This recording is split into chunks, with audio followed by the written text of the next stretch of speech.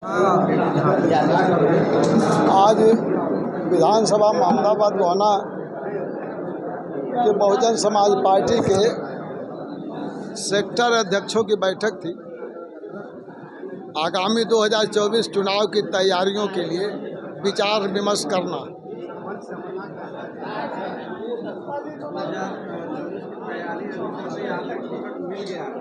ये अब तैयारी है गांव-गांव जाना, लोगों से अपनी बात रखना। जो वर्तमान सरकार है वो उसका कितना जो है वो निकम्मी साबित हुई है।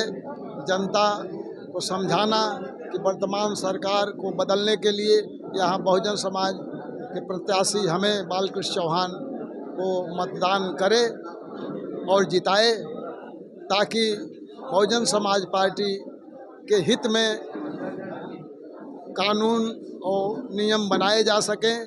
आज के नियम कानून जो सरकार बना रही है वो अपने पूंजीपति साथियों के लिए कानून बना रही है।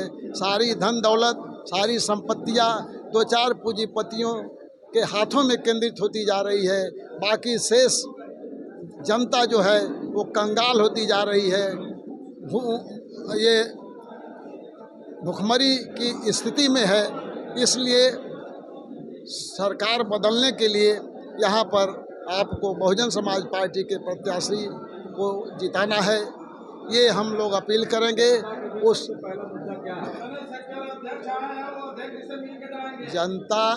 जनता के बीच का पहला मुद्दा ये है कि जो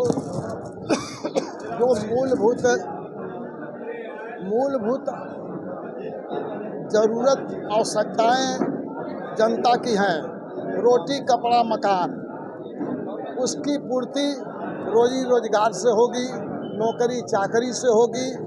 तो वो सब अवसर धीरे धीरे ये सरकार ख़त्म करती जा रही है। सारे सरकारी संस्थान जो है बेचती जा रही है।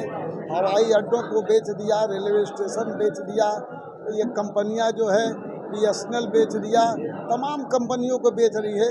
तो जब बेच देगी तो नौकरियों में जो आरक्षण का अधिकार डॉक्टर भीमराव अम्बेडकर के जरिए मिला हुआ है वो अधिकार ख़त्म हो जाएगा। और आप देख रहे हैं कि इन कंपनियों में जो प्राइवेट हो जा रही हैं, सामान उसका महंगा हो जा रहा है। जो वहाँ पर नौकरी और सेवा करने वाले लोग हैं उनके वेतन कम हो जा रहे हैं। 10,000 रुपये में 12-12 घंटे काम लिया जा रहा है। उसको कहते हैं आउटसोर्सिंग। बाहर से ले आकर के ठेके पर काम कराया जाता है। जबकि कर्मचारियों के लिए, सरकारी कर्मचारियों के लिए तमाम कानूनी सुविधाएं होती हैं, मेडिकल की सुविधा होती है, कैजुअल की सुविधा होती है, 8 घंटे काम करने का नियम लागू होता है, दोपहर में लंच के लिए सुविधा दी जाती है, 1 साल में एक बार अर्न लीव उनको मिलती है, और यात्रा के लिए जो है अलाउंस मिलता है, घर के लिए भत्ता मिलता है, महंगाई भत्ता मिलता है, हर साल जो है इंक्रीमेंट मिलता है। कुछ दिनों के बाद जो है रिवीजन होता है। वित्त के जो कमीशन बनते हैं, वित्त आयोग जो बनते हैं वो हर 5 साल 8 साल पर वेतन को रिवाइज करके बढ़ाते जाते हैं महंगाई के आधार पर। लेकिन जब प्राइवेट चीज़ें रहेंगी तो वहीं का वहीं रुका हुआ है, 10,000 में रुका है। उसके एक शादी हो गई, अब 2 बच्चे हो गए, 4 बच्चे हो गए, वही 10,000। उसको घर भी बनाना है, शादी भी करना है, दवा भी करना है, तो खाने के लिए कम पड़ जाता है। जब से नौकरी किया, परिवार बढ़ा तो खाना मुश्किल हो जाता है, और चीज़ें जो है दुनियादारी को कैसे पूरी करेगा। इसलिए इस सरकार को हटाना जरूरी है। सबसे बड़ी चीज़ है लोकतंत्र पर यह सरकार खतरा है, जो बोलने के अधिकार को रोक रही है और पत्रकारों पर अंकुश लगा रही है। मनमाने ढंग से PMO से संदेश दे रही है कि इस समाचार को आपको नहीं छापना है, इस समाचार को छापना है। यह जो है लोकतंत्र के विपरीत है। संविधान बदलने की इनकी योजना है, इसलिए कहते हैं कि हमको 400 पार ले आओ, क्योंकि संविधान बदलने के लिए दो तिहाई बहुमत चाहिए। और पिछली सरकार में, अटल बिहारी की सरकार में, इन्होंने ये संविधान समीक्षा आयोग बना लिया था। उनकी मंशा वहीं से थी कि संविधान को हम लोग ख़त्म करेंगे। फिर ये सत्ता में आ गए हैं, उधर कदम बढ़ा दिए हैं। इसलिए इनके कदम को रोकना है और जनतंत्र को, लोकतंत्र को, संविधान को बचाना है। इसलिए बहुजन समाज पार्टी के उम्मीदवार को जिताना है। क्या लग रहा है कि लोकसभा चुनाव में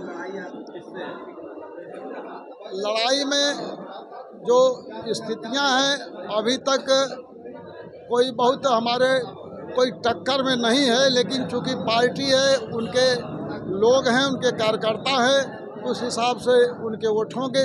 लेकिन हमारे पास बहुजन समाज पार्टी, बहुजन समाज के लोग जत्थे के जत्थे हैं, इनकी संख्या ज़्यादा है।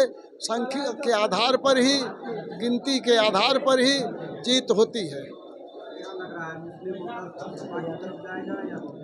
मुस्लिम वोटर को जब ये लगेगा कि कौन सा पलड़ा भारी है तो निर्णय मौके पर लेते हैं, तो उनको ये नज़र आएगा कि इधर एक बेस है बहुजन समाज पार्टी का, और एक मतलब ये बेस है समाज का।